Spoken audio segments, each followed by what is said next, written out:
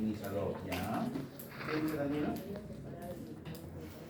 Ayuda a separar el tamaño de interés. Bueno, ¿alguien más? A ver, Alarcón, ¿qué es un primer?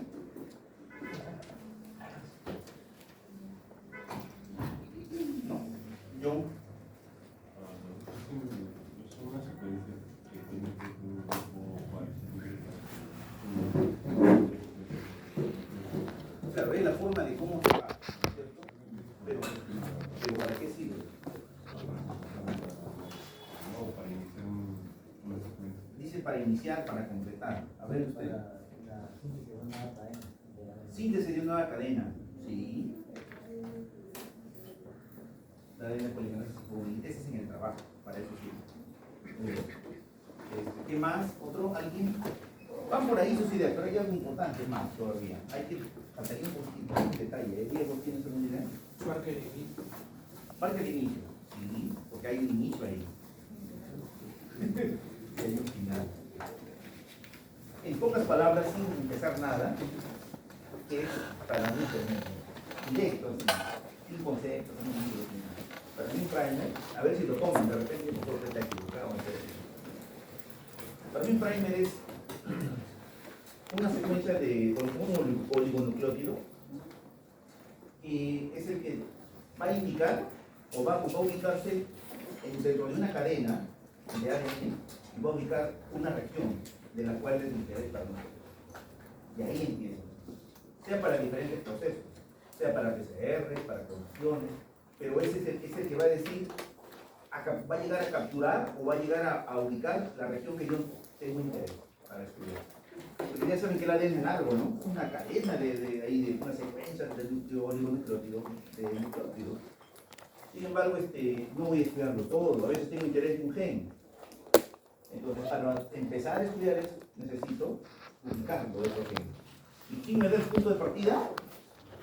El primer, ¿no? Dice, aquí estoy y aquí empiezo, y aquí sintetizo el factor, ¿correcto? Entonces, vamos entonces a empezar a hablar de este tipo de información, de este tipo de conceptos. Ahora, señorita, tiene, a ver, vamos a ordenar, un ratito, no, sí, váyase a la puerta. A ver, ¿hay educación en ustedes? Pregunto, ¿hay educación en cantidades de información que vamos a hablar de los iniciadores, de los trajes? ¿Cómo se llama esa prueba donde completamente se usa este tipo de oligonucleótidos? La PCR. Muy bien, entonces, este es el modelo en el cual vamos a trabajar este tema de los iniciadores de las ondas, ¿no? Y para ello vamos a empezar con la parte de introducción al tema. Este señor, que lo ven acá, Gary Bewley, ¿de dónde es este señor? Es un americano, ¿no? Estados Unidos, un bioquímico muy prestigioso, formado en California, Universidad de California, y él dice que en un fin de semana se fue a una zona campestre ahí todo esto, y de ese tiempo él agarró y dijo, y tengo acá la prueba. ¿Cuál es la prueba principal o cuál es el fundamento principal que tiene la PCR? La replicación del DNA. Entonces dijo, yo conozco mucho de la replicación. ¿Por qué no saco una prueba que se fundamente en estos principios, pero que me cumpla una función de amplificar ese material que yo trabajo? Muchas copias de una estructura genética, de una estructura de ADN. Por lo tanto, es como se fundamentó este señor Newton en el aspecto de estudiar la replicación, cómo es que yo puedo trabajar, hacer una replicación in vitro, en laboratorio, con lo cual nace la PCR. ¿Sí? Ahorita nada más la PCR es como algo general, porque va a haber una clase de PCR, ¿ya? Esto solamente es una cosa general para entender los utilizadores. En el año 1983 es cuando él propone la prueba de PCR, lo publica en artículos científicos. Y en 1993 gana el premio Nobel por haber descubierto esta tecnología. Le dieron el premio Nobel. Algo bueno, ¿no? Entonces, hoy en día esta técnica es la más importante y revolucionaria de la biología molecular, en donde nos estamos aplicando esta prueba hoy en día. Y nos ha hecho muy conocidos a la gente que se dedica a la biotecnología, a la biología molecular. La pandemia, ¿no? El COVID y todo ello. Pues hoy en día, universalmente se conoce la prueba de PCR ya, porque es el sustento, la evaluación que tenemos para las pruas hoy en día, ¿no? Sea la gripe, VIH, sea el COVID, entonces todo eso. ¿Y qué se sustenta la prueba? En que hay dos, ¿cómo se llaman estos? Dos hebras de ADN, ¿no? Dos cadenas de ADN que son complementarias, ¿no? Y tienen dos direcciones, 5', 3' y viceversa, y al inverso, 3' y 5'. Por lo tanto, en este fundamento de la replicación, acá también están también los primers que trabajan, los cebadores. Aquí también estamos hablando de los cebadores que van a tener esa funcionalidad. Entonces, hay que hablar de cómo construir para las pruebas tipo PCR, hay que construir qué características deben tener esos primers para poder diseñarlos y poder usarlos, ¿correcto? Ahí tenemos. Entonces, ¿dónde se usan estos primers? ¿En qué pruebas se usan estos primers que vamos a hablar? Eso continúa en el siguiente diapositiva. Ahí tienen, se usan primers para hacer PCR, y ya lo estamos viendo, se usan para hacer RT-PCR, o sea, la PCR con retrotranscripción, para clonaciones, para secuenciación. En todos esos aspectos se usan los primers. Por lo tanto, por eso estamos estudiando este detalle. ¿Ya? Entonces, miren aquí los ejemplos porque tenemos que usar porque necesitamos ubicar, seleccionar regiones, fragmentos, bebés para la prueba. ¿Ya? Entonces, esos primers son de valiosa, son de mucha utilidad para poder hacer este tipo de aplicaciones, ¿no? Y ustedes algún día tendrán que trabajarlos en base a clonación, secuenciación y algunas otras técnicas. ¿Ya? Muy bien. Entonces, el modelo de estudio va a ser la PCR, ¿correcto? Muy bien. Entonces, la PCR tiene 3 etapas principales. Algunos le ponen 4, nosotros vamos con 3. 3 etapas: la desnaturalización, la hibridación y la extinción, o llamada también, ¿alguien sabe cómo se llama también? ¿Qué hace? La extensión o polimerización, porque hace un polímero, va a formar un polímero, ¿ya? La polimerización. Tiene sus etapas, lo veremos a detalle para las otras clases. Ahorita nada más como contemplar acá. Etapas con temperatura, ¿no? Tenemos desnaturalización en 24 grados, hibridación en un rango de 45 a 60. La hibridación viene a ser ¿qué cosa? La hibridación viene a ser la unión del primer a la secuencia de ADN, ¿correcto? La secuencia del primer a la secuencia a la cadena de ADN. ¿Sí? En ese caso es la hibridación. Y la extensión, que está más o menos hablando de entre 73 y 74 grados, ¿dónde trabaja quién? La TAC polimerasa, ¿correcto? La TAC polimerasa. Y de ahí viene la extensión, viene la elongación. También le dicen elongación, o sea, tiene sinónimos: extensión, polimerización o elongación. Entonces, ahí viene el tema de la extensión. Entonces, aquí vamos a usar, para este proceso, vamos a usar los primers. Definición. ¿Qué cosas son los primers? Ya, si queremos entrar un poquito a más detalle. Vemos que también llamados los primers iniciadores, partidores, cebadores, son oligonucleótidos de cadena corta, simples, los cuales se alinean al DNA molde y sirven como punto de partida para la síntesis de DNA, ¿correcto? Ellos tienen una dirección. ¿Qué dirección tienen?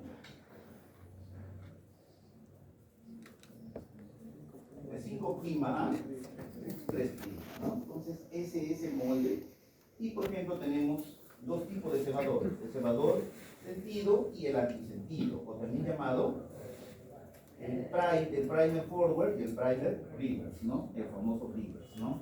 O reverse, decimos aquí lo vemos, esta región o este fragmento que corresponde a cuál? De acá, ¿cierto? A este de acá. Entonces, y el otro, el antisentido, que corresponde a esta característica. Entonces, corren en dos direcciones, ¿no? Uno para acá y el otro para acá, ¿no? Pero esto puede ser extendido en un marco más grande, ¿no? Simplemente aquí lo estamos reduciendo para poder explicar, ¿de acuerdo? Entonces, eso es un poquito la dirección y el sentido de los primers, sean primer forward o primer reverse. Es importante que se maneje, se conozca la eficacia y la sensibilidad del proceso de amplificación, que eso va a depender mucho de cómo es que tenga éxito el usar estos primers. Entonces, es importante que se vaya conociendo, ¿ya? Entonces, eso tiene que tomarse en cuenta, ¿de acuerdo? Los primers. Ahora, criterios para seleccionar los primers. Tenemos bastante, la mayoría de estos hay diferentes parámetros que se tienen que tomar en cuenta. Sin embargo, hay que llevarlo a que tiene que por ejemplo, los iniciadores deben ser únicos para una secuencia blanca. O sea, no pueden haber varios primers para una sola región. Tiene que ser de una manera dirigida. O sea, que un primer identifique una sola región, porque si no habría problemas, porque el primer podría amplificar por todo lado, y la idea es que sea específico. Entonces, tiene que ubicar una secuencia blanco. En inglés, ¿cómo se dice la secuencia blanco? No por el color, sino le dicen blanco por la ubicación, ¿no? Por el target, ¿no? El famoso target, por el target, ¿no? Que va a ser amplificado y debería cumplir ciertos criterios, como cuáles, que debe haber una longitud, ¿no?, óptima del iniciador, porcentaje G más C, temperatura de alineamiento, de naturalización, alineamiento entendido como la temperatura de, a ver si se acuerdan, según la PCR, no se pierda.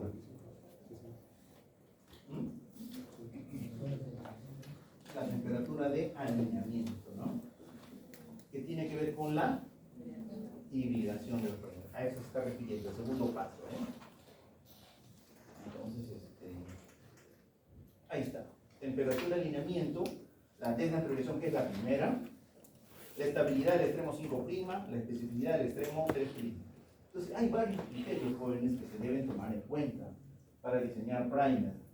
La computadora, si ustedes trabajan con programas, con informática, uno es rápido, ¿no? Uno le mete datos, le saca y arroja datos.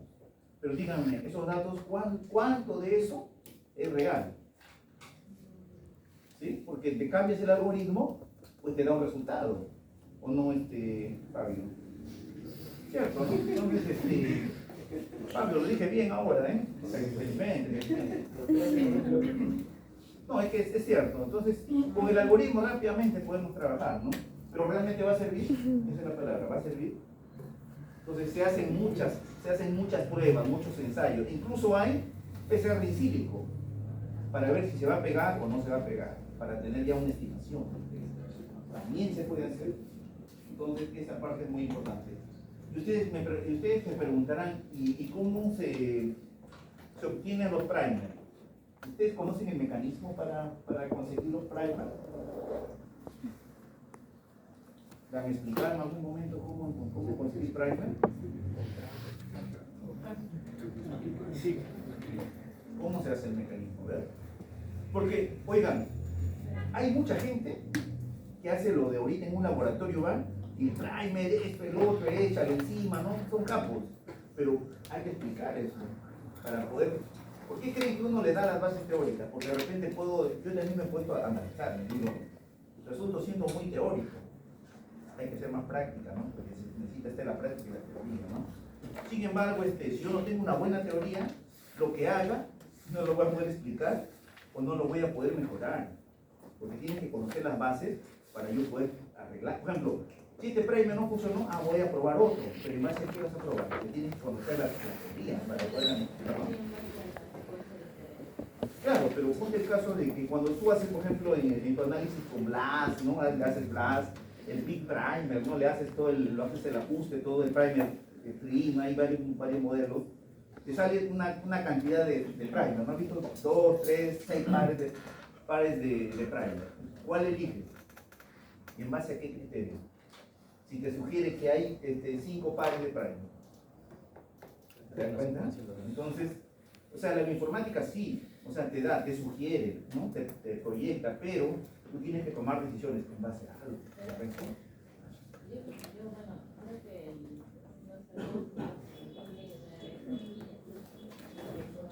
¿Y qué cosas son las horquillas? No, claro, pero ¿a qué se deben esas horquillas? No, ahí no.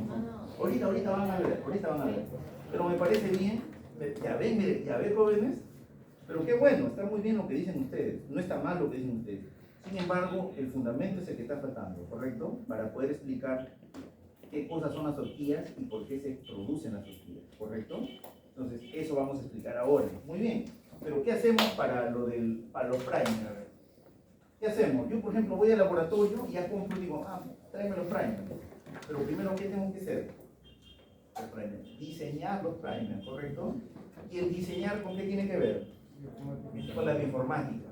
Y al final, ¿de ahí qué hago? Ya diseñé el primer, ¿correcto? Ya diseñé. ¿Y de ahí qué sigue? Porque yo tengo que tener un tubito, pues, para agregar a la prueba, ¿no? Para hacer la prueba. ¿De ahí qué sigue del diseño? A ver, Fabio. Informático Fabio, a ver, ¿de ahí qué sigue? A ver, ¿de qué sigue? No, es que lo tengo diseñado, ¿no es cierto? ¿Perdón? La síntesis de primer. Muy bien, Daniela, me gustó tu respuesta. ¿En qué consiste la síntesis de primer? Vamos a otro punto, ¿no? A ver, ¿en qué consiste la síntesis de primer? A ver, es correcto lo que dice Daniela. Una vez que yo ya diseñé, tengo que mandarlo a sintetizar el primer. ¿Ya? Entonces, ¿en qué consiste eso? Yo lo puedo hacer, puedo comprar la máquina, el sintetizador de ADN. Esa máquina cuesta carísimo y mantenerlo es un platal. Y para una prueba, para hacer en el laboratorio, o sea, significa tirar dinero, pero así a lo bestia, como dicen, no es demasiado, es mucho gasto. Entonces, ¿qué hacen los laboratorios aquí en el Perú? ¿Qué hacen los centros que investigan mucho? Lo mandan a sintetizar a Estados Unidos y luego le mandan por DHL, CERPOS, ¿no? Por alguna de esos sistemas, te mandan las muestras. Aquí todos esos microtubos ionizados con los trajes. Pero ¿qué hacen, por ejemplo? ¿Qué hago yo? Agarro, diseño y lo mando a sintetizar. Pago por cada, y cuesta por cada base, $0.50, algo así cuesta cada base. Significa, yo hago de 20 nucleótidos, me tengo que pagar el precio por 20, ¿no? Porque es por cada nucleótido te cobran. Entonces lo mandas, lo único que haces es un correo electrónico donde mandas el primer que quieres sintetizar y allá, o sea, ya la máquina ellos lo hacen y tú solamente mandas el pago, sea una tarjeta de crédito, una tarjeta de débito, y automáticamente la empresa te recibe todo y luego lo sintetizan y luego te mandan un tubito con los primers y llega acá y ya tú tienes para trabajar. ¿Sí? ¿Me expliqué? Entonces ese es el mecanismo de conseguir los primers. Así que jóvenes, no es nada del otro mundo. Lo importante acá es que ustedes como biotecnólogos, como científicos que van a hacer un día, tienen que tener la capacidad de analizar y diseñar los mejores primers. ¿De acuerdo? Ese es su trabajo como profesionales, jóvenes. Muy bien, entonces seguimos. La longitud del iniciador, esa es una de las características fundamentales. No puede ser ni tan grande ni tan pequeño, sino que tiene una temperatura, o va a depender mucho de las temperaturas, de alineamiento y también el tiempo que va a tener que ver con estos emisores. Normalmente la cantidad de nucleótidos va de 18 a 24, el número de nucleótidos, ¿ya? Que son los mejores y con esto se trata de minimizar problemas con sitios de hibridación secundaria en el vector o el inserto. Significa que podemos evitar, por un lado, si es muy grande, igual se puede pegar en cualquier sitio, así como pequeño, es más riesgo todavía de poder pegarse a regiones inespecíficas. Entonces, un primer mal diseñado puede resultar en poco o ninguna formación de producto. A veces no pega y no hay nada de expresión. Imagínense la chamba. ¿Qué responsabilidad? Puede haber también una amplificación específica o no hay formación de dímeros. El primer se puede dimerizar. Ahorita vamos a ver qué es el primer, la dimerización. Entonces, ¿qué puede pasar? Que agarras, traes tus organismos, extraes el ADN, ¿qué más hace después? Agarras, le pones la PCR, el primer, ¿no? Hace la PCR, luego le llevas electroporesis para ver, y al final no encuentras nada. O sea, pues, son como una semana o 2 semanas de trabajo, y después dices que no hay producto. Echarles a perder dinero y echarles a perder tiempo, porque no hiciste una buena estrategia, por ejemplo, para estrategia de elegir buenos precios. Es muy importante, jóvenes, para su trabajo, claro, si no hacen eso. ¿De acuerdo? Entonces tenemos ahí la longitud. ¿Cuánto es el rango? De 18 a 24 Muy bien. Los dímeros y los falsos cebadores que causan resultados erróneos. Acá están los famosos. ¿Qué dijo su compañera? ¿Qué dijeron ustedes en Spanish? Horquilla. En inglés, hairpin. Ya son los hairpin, ya las horquillas. ¿Ya? Esas son las horquillas. ¿Por qué se generan? Dice, los iniciadores no deberían contener secuencias palindrómicas. Se debe a la presencia de secuencias palindrómicas. ¿Qué pasa dentro de ellos? Por eso, para que no permitan que se formen ¿qué? Horquillas. Por ejemplo, aquí, un iniciador podría plegarse a sí mismo y resultar en un evento de cebado, de PCR, improductivo. ¿Qué pasa? Tenemos 5' y 3'. Este mismo primer se autoplegó. ¿Por qué miren? B, C, G, C, A, T, se pegó. Y ahora ustedes ponen el primer con la PCR y al final no hay producto, porque el primer solito se pegó. Y el primer no se pegó al ADN, pues. ¿Sí me explico? Ya no se pegó al ADN de interés que estamos estudiando, sino se pegó por sí solo. Se pegó, se hizo un bucle, una horquilla o un germen. Eso es lo que está pasando. Solo del mismo primer. Y ese es un gran error que hay, a veces cuando no se diseña un buen primer. Entonces dice, los iniciadores no deberían contener secuencias para alinearse a sí mismo o alinearse a otro iniciador en reacción de PCR, formación de dímero. Pero aquí, estrictamente los herpes. Son los herpes, miren, ¿ah? Uno es que sea continuo y otro es que sea salteado, miren, ¿sí o no? Acá hay una que falta, pero de todas maneras hay interacción y forma lo que se llama el herpes, con 4 bases y con 3 y una salteada, con un gap de alineamiento. Por lo tanto, esto no sirve, jóvenes, para hacer este PCR. ¿Correcto? ¿Quedó claro? ¿Quedó? ¿Sí? ¿Queda claro o no? Que se autoplega, se plega a sí mismo. Por lo tanto, forma horquillas, en este caso. Y eso no sirve para hacer PCR. ¿Por qué? Porque el primer se pegaría solo y ya no se pega a la cadena de ADN de interés. Por lo tanto, no va a haber producto, pues. No hay producto en PCR. ¿Me estoy explicando? ¿Sí? ¿Seguros? Muy bien. Seguimos. Sí, porque si no les traigo videitos así como para colegio. Secuencias complementarias al iniciador. Uno son los que son las horquillas, ahora son los dimers, los dímeros, los self-dimers o los dimers. Miren, aquí en el ejemplo no vamos a ver. Tenemos, estos son primers solo de una sola dirección. O sea, de forward o reverse. Ya estamos hablando de una sola dirección. Sino que en varias copias se van formando milímetros. No hacen horquillas acá. El anterior que hizo, horquillas. Hizo horquillas, ¿cierto?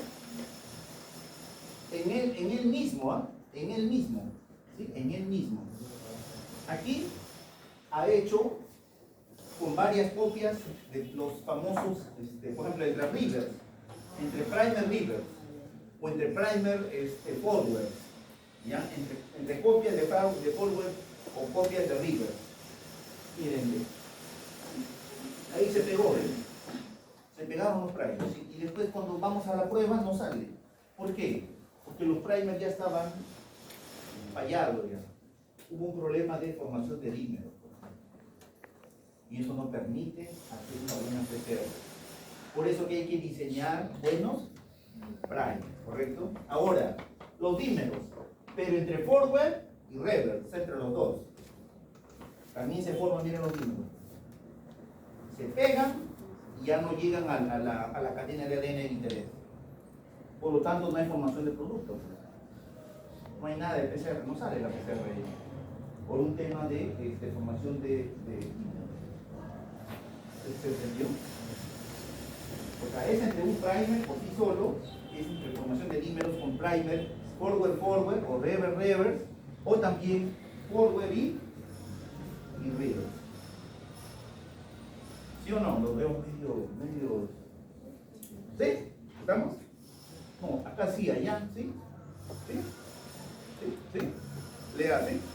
Muy bien. Entonces seguimos, ¿ya? Formación de dímeros y de autodímeros. Contenido de G más C, o poli AT o poli GC. Para tener una buena TM, esto es importante que saber. La TM es la temperatura de melting o la temperatura de fusión. Lo veremos en la otra diapositiva, pero vamos tomándolo en cuenta. Más o menos, cantidad de G más C debe estar entre 40 a 50% de toda la información ahí dentro de la formación del prime que debe tener para tener una buena TM. No debe tener poli, ni poli T, poli A, poli G, poli C. Evitar mucho la repetición de esos nucleótidos. Tiene que estar, ¿cómo sería? La cantidad relativa balanceada, ¿no? Una cantidad balanceada. Poli T, poli A, poli AT resulta en una unión débil. Significa que cuando hay eso, hay mucho de eso, muchas A, muchas T. ¿Qué hay? Una unión débil. ¿Y qué pasa? Se puede separar el primer de la región templado, de la región templete, el ADN que se está hibridando. Entonces, esa es otra característica joven. Y si hay mucho G, mucha C o mucha GC, hay una unión más fuerte. ¿Pero dónde lleva? A un alineamiento no específico. O sea, por todo lado hay que cuidar esa parte, ¿ya? Por eso que debemos diseñar buenos planes, ¿ya? Es importante que ustedes también lo conozcan, ¿no? Por el contenido de G más C. ¿Ya? Muy bien, ¿qué más tenemos? A ver. Temperatura de melting. Es importante también para manejar los primes. Temperatura de melting o fusión. Es una temperatura en la cual la cadena de ADN se neutraliza en la mitad y otra se mantiene en doble cadena. ¿Significa qué cosa? Que a la hora, en la PCR, la primera temperatura, ¿cuál es? Que se hace en la PCR. ¿Cuántas etapas tiene la PCR? Tiene 3, ¿correcto? La primera es de naturalización. ¿Cuál es la temperatura? 94. Ya, eso es temperatura de naturalización. La temperatura de fusión o de melting es una temperatura próxima a esa temperatura de desnaturalización, pero ¿cuál es el indicador de la máxima de la eficiencia de esa temperatura? Que del total del ADN que está usando de doble cadena, es la temperatura en la cual de ese 100%, el 50% queda en cadena doble y el 50% queda en cadena simple, o sea que se ha desnaturalizado el 50 y un 50 ha quedado entero. ¿De acuerdo? Entonces, a eso se refiere la temperatura de Melvin. Ya, entonces, hay que cuidar también que la temperatura en un DNA con alto contenido de G más C tiene una temperatura de melting más alta. ¿Debido a qué? Tiene más enlaces. ¿Cuántos enlaces de hidrógenos tiene? Tiene 3, ¿no? O con tres características. Mientras que las otras tienen 2. En G más C tiene 3. Entonces se requiere más energía para desnaturalizar la molécula. ¿Correcto? ¿Saben a cuál me estoy refiriendo, verdad? A esto me estoy refiriendo. 3, 2, ¿correcto? Entonces, necesita más energía para romper esto que romper esto, ¿correcto? Entonces, a eso se debe la temperatura de Melvin, de fusión. Y hay fórmulas para sacar esa temperatura. Para cadenas menores de 12 nucleótidos y mayores de 13, de 13 y mayores de 13. Entonces, hay una temperatura que se tiene que trabajar para determinar los parámetros. Y estas son las fórmulas más básicas. Hay otras más complejas que no quiero darles más, porque igual les puedo poner un ejercicio y que me saquen sus valores de temperatura de México, cómo va, ¿no? Entonces, jóvenes, ahí por ejemplo es la temperatura de fusión. Bien. Muy bien. ¿Qué más tenemos? Acá está la temperatura de México. El punto en el cual, miren, el punto de la temperatura de Melvin, en el cual el 50% está así, de doble cadena, y el otro 50% está así, ¿correcto? Este es el punto de inflexión, donde cambia la condición ahí. Las temperaturas óptimas de los iniciadores de Melvin para Melvin es ¿cuánto? 52 a 60 grados. Generalmente producen los mejores resultados. Y bueno, de hecho, ¿no? Que hay temperaturas bajas que pues no cumplen, no tienen esa óptima, ¿no? esa formación del producto. Los sirven con temperaturas sobre 65, o sea, los menores no sirven. Los mayores de este rango también puede haber, ¿qué cosa? Un potencial alineamiento secundario. O sea, siempre hay que buscar los rangos óptimos para estas pruebas. Y ustedes han visto cuando hacen bioinformática que dice los rangos, no he visto de melting, temperatura, ¿no? O las bases G más C, entonces te van dando ahí herramientas para que tú puedas encontrar o también ir colocando en qué características quieres que te puedan diseñar esos casos, ¿no? En qué características óptimas. Hay otra temperatura que se llama la temperatura de alineamiento. Hay que cuidar eso, temperatura de alineamiento. La temperatura de alineamiento o temperatura de annealing es la temperatura en la cual los fragmentos se alinean al DNA template. Es calculado en base al valor de, ¿cómo se llama esto? Temperatura de Melvin. Entonces, la temperatura de annealing está de 1 a 4 grados más bajo que la temperatura de fusión, que la temperatura de Melvin. Acá está la foto. Entonces, miren esas estimaciones que se van dando, esas relaciones que se van dando entre temperaturas y que pueden servir para poder explicar y para poder diseñar buenos fragmentos. Y aquí están, miren los fragmentos. Y la temperatura de annealing tiene 45 60 grados, que son menores que la temperatura de fusión. Muy bien, con la temperatura de Melvin. Ahora, la temperatura, el contenido de G más C se relaciona con la temperatura de Melvin y la temperatura de annealing. ¿De qué manera? En base a la cantidad, a mayor temperatura, ¿qué quiere decir esta gráfica? Que necesitas más temperatura cuando tienes más porcentaje de G más C. Necesitas tener más energía, más temperatura para poder desnaturalizar esas dos cadenas, esas cadenas de ADN, para poder generar la temperatura para poder luego alinear, ¿no? Entonces, Los inhibidores deberían tener un contenido G más C, ya dijimos, entre 45, 60 más o menos porcentajes. Menores, si hay G más C menor del 50%, debería extenderse las pares de bases, subir el número de pares de bases del primer para mantener la TM mayor de 50 grados. Porque si es menor, ya no habría alineamiento y no habría PCR. Correcto, entonces aquí es un juego, miren, y acá está, miren, en base a las características de los últimos nucleótidos hacia el extremo 3' y qué características deben tener de temperaturas de medio. Puede haber variaciones en temperaturas de medio.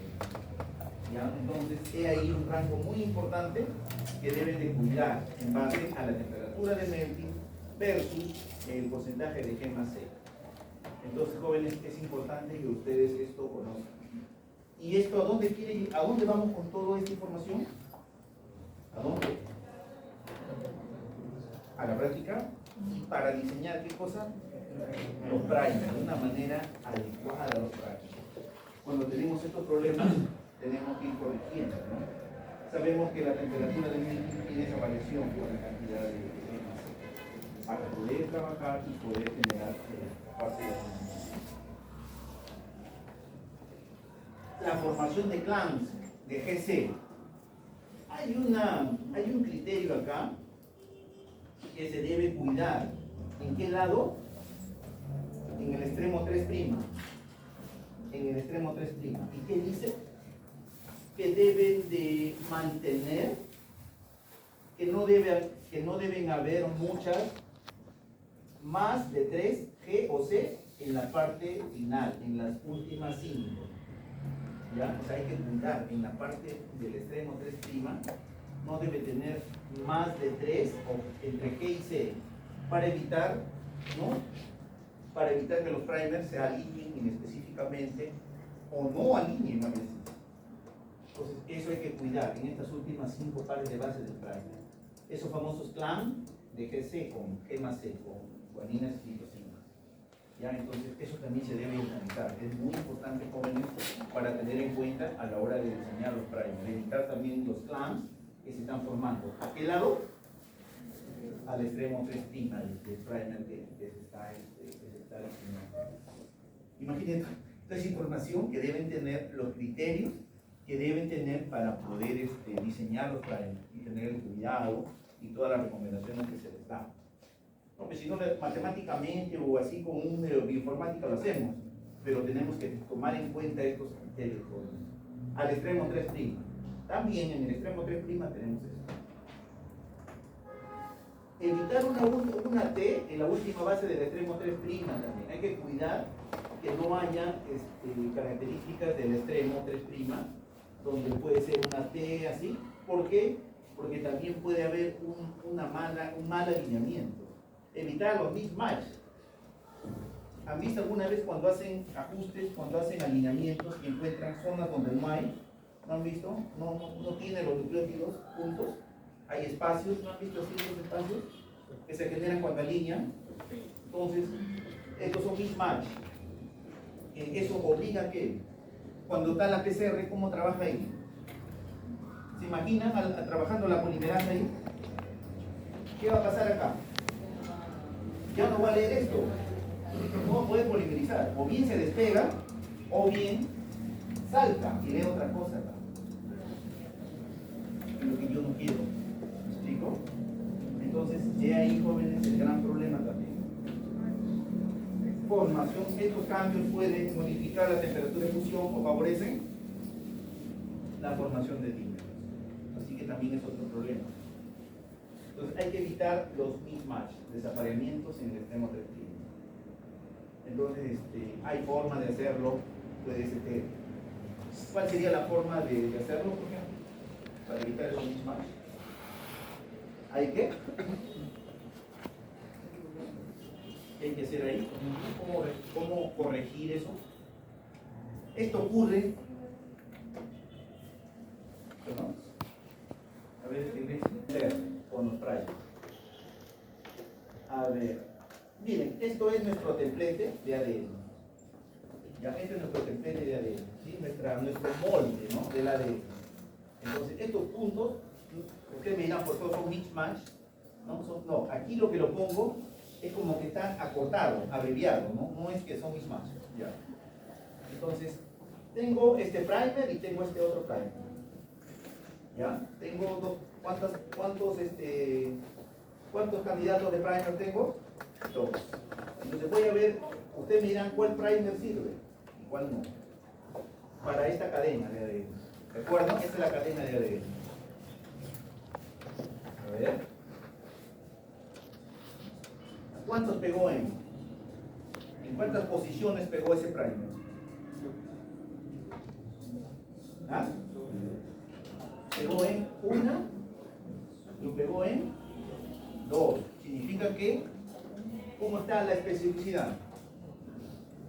Baja, mala. No es único el primer, porque pega en varias regiones. Y ese primer no serviría. Porque, ¿qué cosa vas a amplificar? No sabrías. No tendrías una explicación concreta. Pero, ¿qué pasa con este primer? Vamos a ver. Este primer pega acá. Es único. Entonces sí sirve, porque ya identificó una región que es propia y es específica. ¿Sí? Entonces, ¿cuál elegirían de los dos? El segundo. ¿Se dan cuenta?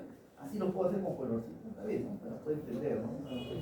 Entonces, jóvenes, así se da el hecho de estudiar esta característica de los trazos, ¿no? Depende de la longitud, claro, más largo hay menos probabilidad de encontrar dos secuencias iguales de la ADN. Hasta un punto también, ¿no? No es que debe ser tan grandote, ¿no? Sino tiene sus características. ¿Ya? Por lo tanto, acá, por ejemplo, la especificidad está en juego. Evite, ¿qué cosa dice? La homología cruzada. La homología cruzada. Por ejemplo, acá hay uno y acá hay otro. Por lo tanto, se llama homología cruzada, porque se cruzan para varios. Porque esto, para no amplificar otros genes que no son de nuestro interés, y que porque si el primer está mal diseñado, vamos a capturar eso. Y la idea no es esa.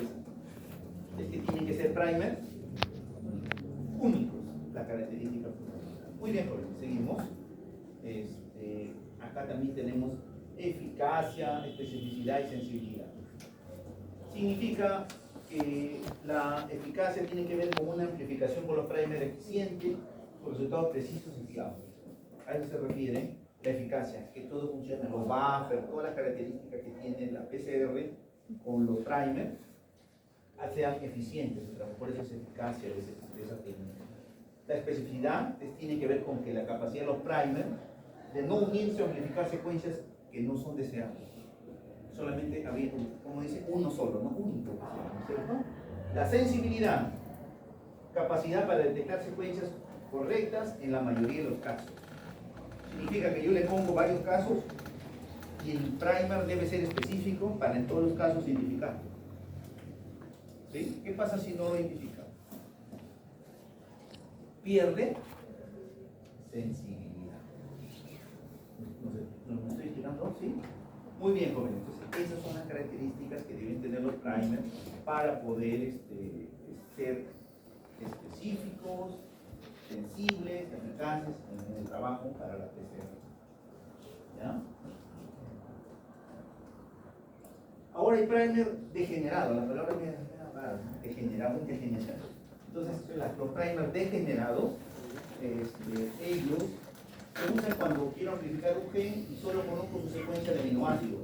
A veces hay problemas, no se conoce toda la secuencia. Se usa con menor cantidad de codones posible. Esto tiene que ver mayormente en el trabajo con programas computacionales. Acá sí es mucho de informática también. Y con ellos se diseña los primers degenerados. Por ejemplo, lo clásico es adeninas, ¿no? Las clásicas, ¿no? Timina, guanina, ya. Pero ¿qué pasa? Hay un código N. N cuando es A o C o G o T. M cuando es A o es C. B, V cuando es AC o G, no T. Así. Hay códigos. Son códigos yupa, así de los compuestos químicos, ¿no? Entonces, jóvenes, hay toda esta simbología detrás. ¿Ya? Entonces, ¿está comiendo tanto? ¿Qué está comiendo? Vas a invitar, ¿no? Ya, controla eso, como estamos ahorita, entonces, hay otros símbolos, miren. Ustedes me dirán, a ver, una pregunta natural, ¿cuál sería la pregunta natural? Adenina, citosina, guanina, timina, ¿no? Pero ¿cómo haría acá? Para poner, le voy a poner W, o sea, ¿cuál es el nucleótido W? Hay un nucleótido W, porque aquí yo sé que adenina, citosina y C, pero en los otros, ¿tienen una idea? Para hacer una PCR. Bueno, entonces si es M va a haber una A o una C. Van a haber primer con A y primer con C. ¿Sí me explico? Porque es variable. ¿Me estoy explicando? Muy bien, entonces así se concluye este paso. ¿Y a dónde quiero llegar con eso? Ahí está. Entonces aquí, miren, cuando hago los alineamientos, el alineamiento múltiple, ¿han hecho?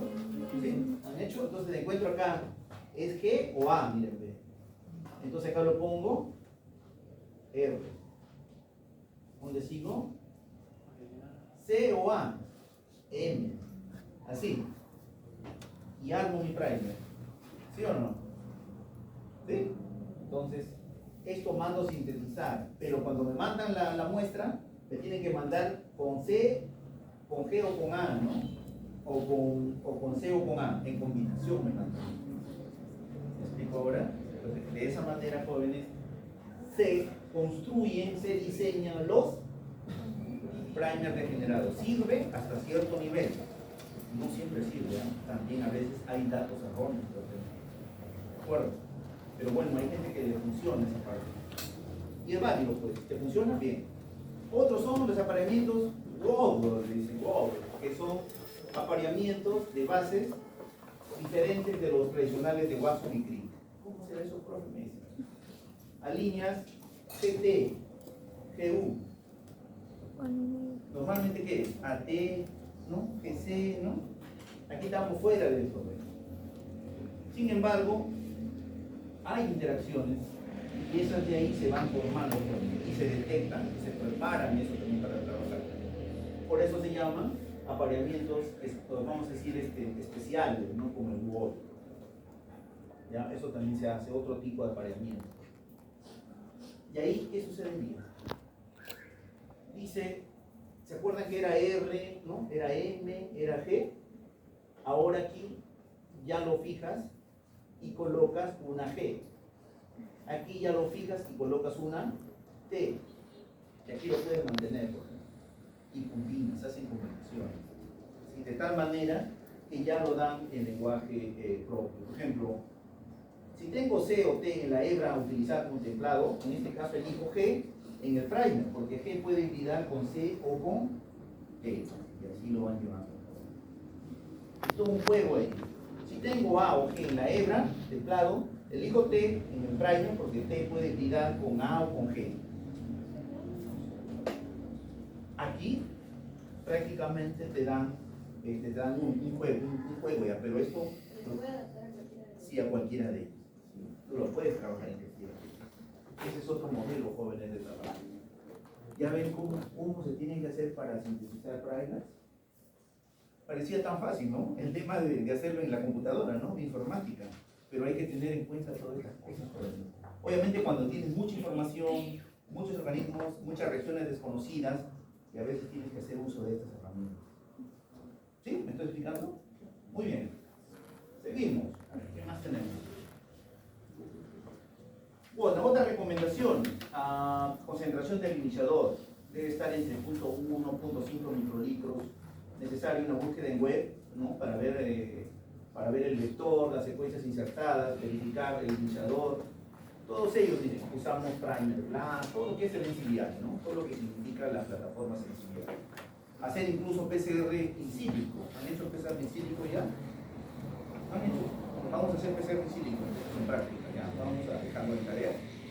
O sea, a mí me enseñaron a hacer PCR in silico porque decían, a ver, ya hiciste tu primer, ahora le voy dando las fijas, es hora que sacan esto del fútbol, de las apuestas, las fijas. Entonces, los cebadores deben diseñarse de regiones de ADN altamente conservadas, regiones codificantes de proteínas con baja degeneración, regiones más conservadas que plantean regiones variables. Entonces, esas son, perdón. Es que lo que pasa es que hay regiones, no es toda la región, pero hay partes que se conservan de esa región, entre comillas variables. Esa es la que se elige. ¿Ya? Entonces, y conservadas es porque se mantienen, ¿no?, en el tiempo y en los organismos. ¿De acuerdo? Y variables son las que están cambiando entre especies, entre condiciones, donde viven los organismos. Entonces, es importante que ustedes conozcan. Por eso que sacan, por ejemplo, primer, ¿de dónde sacan? ¿De qué gen? ¿De qué gen han sacado primer ustedes cuando han hecho informática? ¿Con qué genes han trabajado? A ver,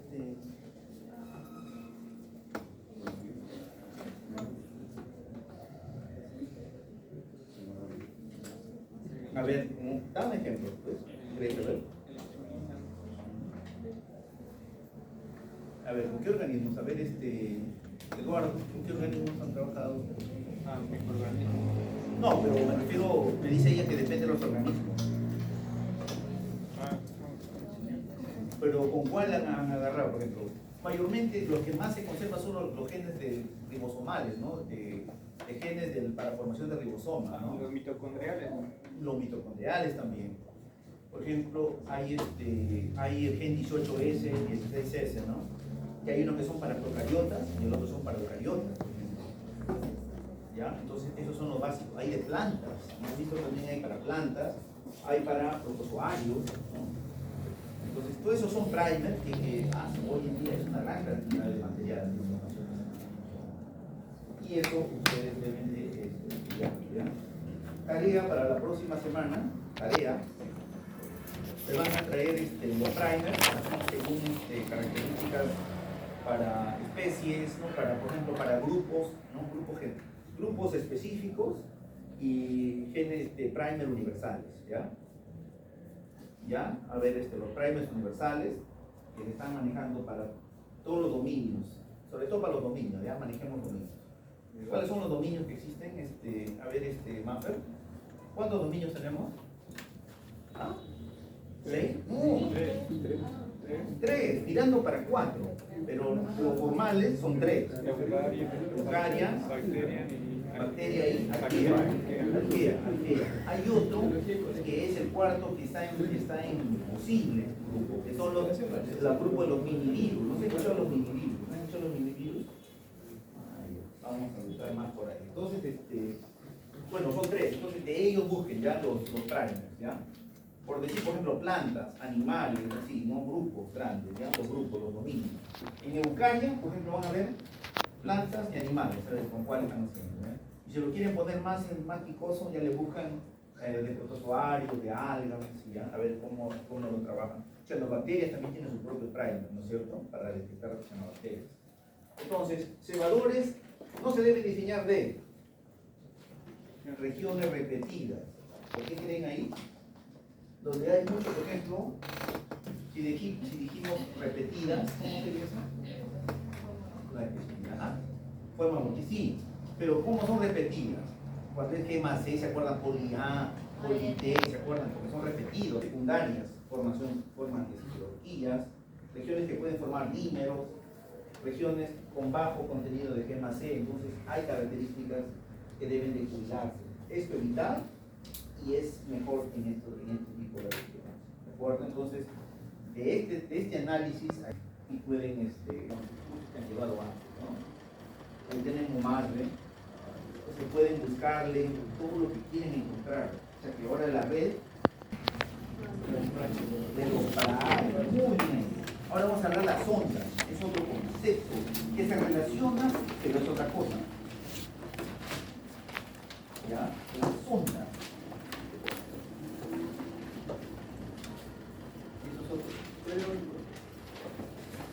Eso es otro tema. Las ondas es un fragmento también de ADN raramente rehenes, pero también a veces usan las rehenes, de tamaño pequeño o medianamente pequeño, normalmente está entre 100 a 1000 pares de bases. El primer, ¿cuánto tiene? 18 a 24. Este tiene 100 a 1000 pares de bases. Y es una herramienta, como se dice, que amarra para poder detectar la secuencia de interés. Normalmente, ¿qué le colocas? Los primers. Pero esta sonda se pega también aquí y hace contacto con el ADN de interés. Entonces prácticamente confirma y amarra el hacer la PCR. Porque si tú diseñas una sonda y los primers, o sea, con los primers ya amplifica. Pero si la sonda no pega donde están los primers, aguas. Ya perdón como mexicano, aguas, cuidado. Entonces, se me sale lo tiene que bajar. Aquí, por ejemplo, la sonda sería un problema, tendríamos un problema si es que el primer, los primers pegan, pero la sonda no. Cuidado, ¿qué pasó ahí? Entonces ya sería una advertencia para decir algo está funcionando mal. O la sonda está mal diseñada, porque los primers no están bien diseñados también, porque tiene que haber una buena relación entre ellos. ¿De acuerdo? Se utilizan mayormente ¿para qué?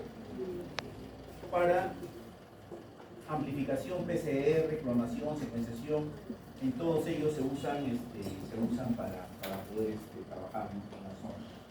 Ya, una de las cosas que deben tener las sondas, aparte de secuencias de ADN, tiene que tener método de detección. Por ejemplo, un método de detección, ¿cuál sería? Que utilizan hoy en día las sondas, por ejemplo, en el de la fluorescencia. La fluorescencia, por ejemplo, se marcan con fluoróforo, con productos de fluorescencia. Por eso que genera fluorescencia, ¿lo ven acá? Genera fluorescencia. Y esa señal de fluorescencia es la que detectan los equipos. Hay equipos de detección. ¿Ya? Entonces vamos a ver un poquito más de detalle qué cosas son las sondas. La selección de sondas. Debe de seleccionarse secuencias completamente específicas a la región de la secuencia blanco del ADN, la cual tiene al menos un mismatch a la misma región que otras no. O sea, ¿cómo se explica eso? Lo vamos a ver con otro ejemplo. Me parece que ese no. Ya, pero aquí lo que estamos viendo es que es también complementaria a la región. ¿Ya? Eso es lo que queremos ver. La sonda en inglés es probe, en español es sonda. ¿Ya? Probe, porque muchas veces buscan en inglés, pero no lo van a encontrar como probes, como sondas en español. Y van a tener una etiqueta fluorescente, ¿no?, en cualquier posición. Entonces dice que debe tener mismatch. ¿Qué cosa quiere decir mismatch? Una región donde no se hibrida, donde hay problemas, porque falta, no hay ese tema, ¿no? Entonces miren, ahí por ejemplo acá, ¿qué está pasando? Match ideales. Una sonda ideal debería tener una o más mismatch en las secuencias no blancas que las secuencias no blancas. Significa, a ver, esto es clave aquí para entender todo esto. Dice que los mismatch debe tener uno más mismatch que las secuencias no blanco. ¿Qué quiere decir eso? Si yo tengo sondas o regiones que rápidamente se pega todo, y por decir, si esta región, acá hay una U, prácticamente las dos son iguales. Sin embargo, si yo construyo una sonda que en lugar de U tenga C y se pegue, gané ahí, porque es una sonda más eficiente, porque con todo eso se pegó. Por eso que ya no se puede pegar en cualquier otra región, porque se vuelve específica. ¿Me explico? ¿Solamente una, profesor? ¿Perdón? Solamente una base nada más. Acá dice, a ver, ¿dónde fue? El anterior, ¿no? Uno que yo tengo. Había uno que puse ahí. A al menos un mismatch, ¿no? Al menos un mismatch. Puede ser 1, 2 o 3, ¿no? Eso se refiere, ¿no? A ver, acá una o más mismatch, o sea, más de una. Entonces yo lo veo hasta 3, no más ya no, porque ya no pega, ya es demasiado. Ya. 1 o 2 es lo más óptimo, ¿ya? Entonces aquí vemos que si tiene este mismatch, en otros casos hipotéticos, probablemente no se pegue, porque encuentra esto y se libera. Sin embargo, si se pega, cumple la función de una buena sonda, ¿sí? Tiene que ver una buena sonda. Las sondas sirven para cuantificar muestras de ADN, ARN y detectar mutaciones, monitoreándose, evaluando el cambio de comportamiento que ocurre en las curvas de fusión de las sondas. ¿Cuál es la temperatura de fusión o de melting? La temperatura de melting. Entonces, estas sondas tienen esa función.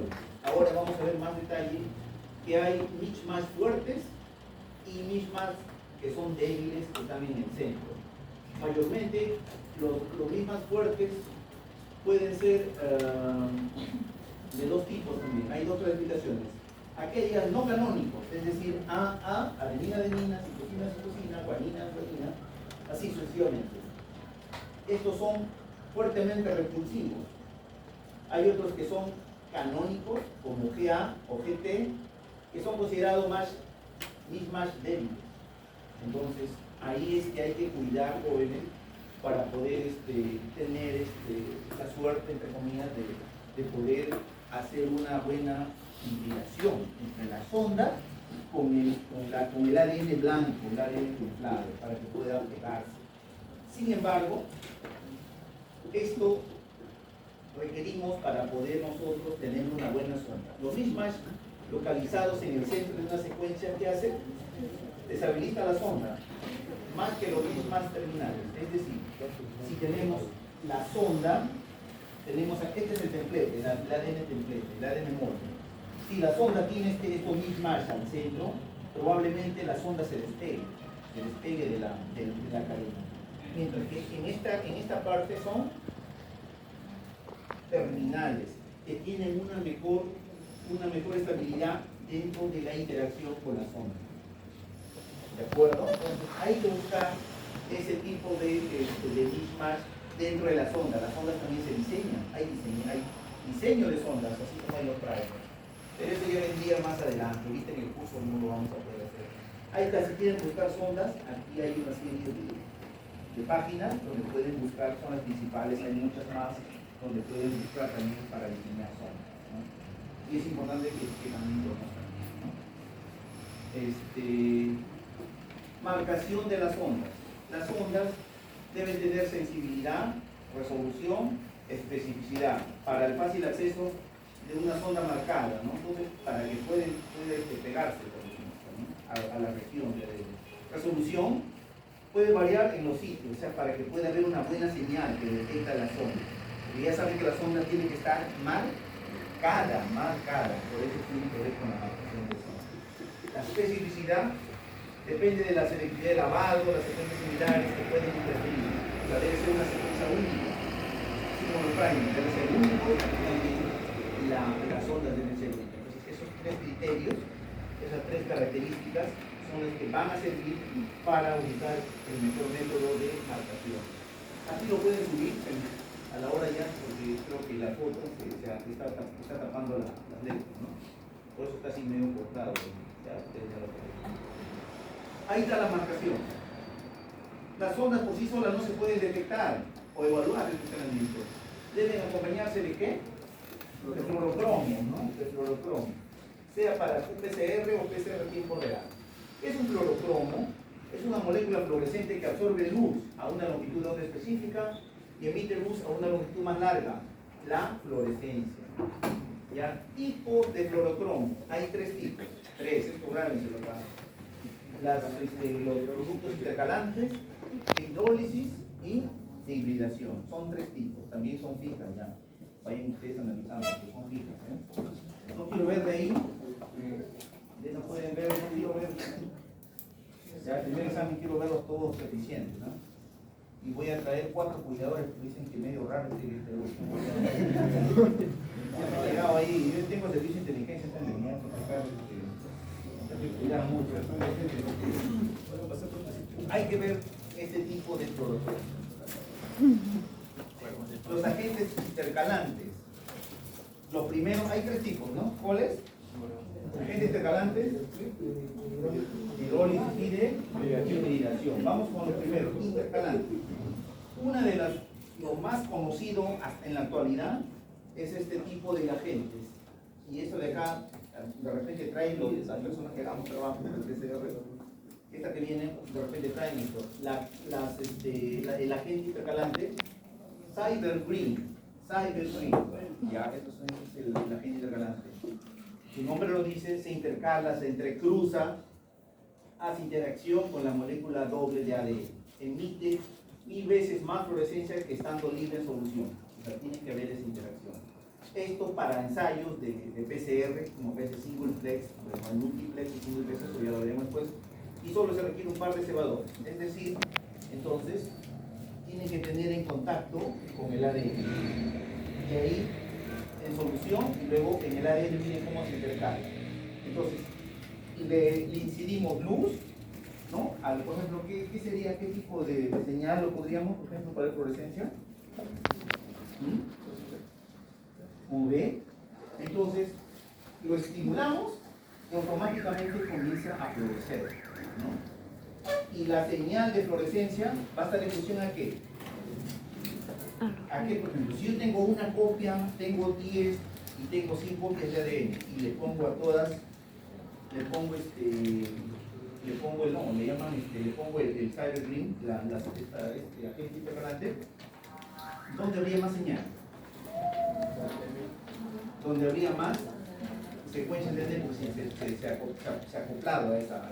Entonces, esas señales son detectadas para ver la concentración de ADN en una muestra. ¿Sí me estoy explicando? Entonces, de esa manera trabaja este agente intercalante. La hidrólisis, esto es con sondas, y estos son sondas de más o menos 20 pares de bases, que consta, la sonda consta de dos, en sus dos extremos tiene 2 agentes químicos. Uno es el reporter y otro es el quencher. El quencher, ahí dice, consta de un reportero fluorescente en el extremo 5'. Acá está 5'. Y que al ser excitado, y un apagador o quencher en el extremo 3'. Este es anaranjado y verde, ¿no? Estamos el reporter y el quencher. Entonces, eso de ahí va a absorber la fluorescencia del reportero. Ya, entonces el reportero detecta y las ondas se unen al templado por secuencia blanco y la TAC polimerasa con actividad exonucleasa hidroliza. Entonces, miren, si están los dos juntos, es como que el reporter es el que va a hacer la fluorescencia. Aquí el quencher lo apaga, o sea, uno y otro lo neutralizan. Pero ¿qué pasa? Cuando viene la polimerasa, empieza a polimerizar, su nombre lo dice, pero la polimerasa tiene 2 funciones. ¿Cierto o no cierto? ¿Qué polimerasa estamos hablando? La TAC polimerasa. ¿Y qué polimerasa es? 1, 2 o 3. ¿Ah? 2. Esa es biología molecular, ¿eh? Monstruos. Ya. La 3. La TAC polimerasa es polimerasa 3. ¿En qué son? ¿Eucariota o procariota? Procariotas. Procariota. En eucariota son alfa, beta, gamma, delta, epsilon. En procariota son 1, 2 y 3. ¿Con qué modelo han estudiado?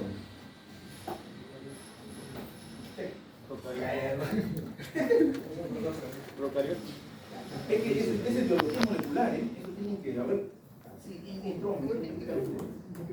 Entonces, ¿qué pasa? Acá están prácticamente atenuados. Pero la polimerasa 3, si lo vemos en bacteria, la polimerasa 3 tiene 2 funciones. Hace función de polimerizar y otra función de exonucleasa. O sea, hace nuclear corta y también elonga, también polimeriza. Entonces, como corta, ya detecta a la sonda y comienza a degradarlo, porque es una exonucleasa. Y a la hora de degradarlo, suelta. ¿Qué lo suelta? El reportero. Y el reportero emite señal. Y esa señal es la que detecta, porque está polimerizando. ¿Me estoy explicando? ¿Sí o no? ¿Sí o no? Sí. Si lo ponen, miren, ¿se acuerdan que tiene que ir a la región? Aquí en el ADN molde, se tiene que pegar la sonda, ¿correcto? Se pega. Pero antes de eso acá hay un primer, ¿cierto? Un primer, entonces empieza la polimerasa. Pero la polimerasa aquí encuentra, no puede seguir. ¿Por qué? Porque encuentra a la sonda. Por lo tanto, tiene que degradarla. ¿Sí? Lo tiene que hacer pedacitos. No sé si lo ven. Acá lo ven pedacito. Aquí está, ¿ven? Miren, acá lo vemos mejor. Ahí está el quencher, ¿sí o no? El quencher y el reportero. Entonces viene la polimerasa y empieza. Pero encuentra acá qué cosa. Encuentra al reportero. Encuentra al reportero a la sonda que está en el ADN. Entonces, si sigue polimerizando, tiene que sacarlo a la sonda. Por lo tanto, la hidroliza, la degrada. Y esa hidrólisis genera la liberación del gen reportero, porque así está apagado, así como está. Porque el quencher lo está apagando. Lo suelta y automáticamente se activa eso y comienza a generar fluorescencia. ¿Se entendió? Muy bien, entonces de eso estoy hablando. ¿Qué tipo de agente es? ¿Qué tipo de...?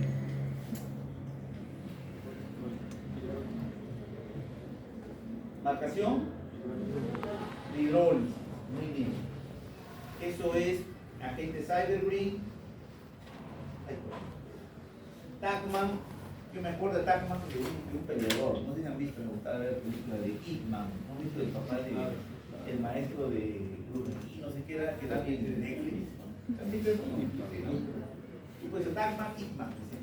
Entonces, de esa manera es como trabaja la comunicación. Ahora, ¿qué nos falta? ¿Daniela, qué nos falta? Hibridación. Ahí tenemos, perdón, la sonda Fred. También trabaja como un reportero y como un quencher. Pero en el anterior, ¿cómo estaba? No, era una sonda que estaban apagadas una de otra. Era uno solo y estaba pegado. Aquí son dos. O sea, una parte trae el reportero y la otra parte el quencher. Entonces la unión es la que hace la reacción. En el otro es la hidrólisis. Aquí es la hibridación. Muy bien, ¿se entendió ahora? ¿Sí o no? Sí. Muy bien. Entonces, aquí dice que hay dos fluoróforos. El donador, que es el reportero, R, y el aceptor o apagador, los cuales, si lo excitas al reportero, este va a transferir la energía al siguiente, ¿no? Que es el aceptor o quencher, el cual emite la fluorescencia. ¿Se entendió? Tiene que haber, ¿qué cosa tiene que haber acá? Unión, cercanía, para que pueda haber ese tipo de reacción. Por eso, este último absorbe la fluorescencia del primero y emite la fluorescencia, que es detectado por un fotodetector. ¿Se entendió?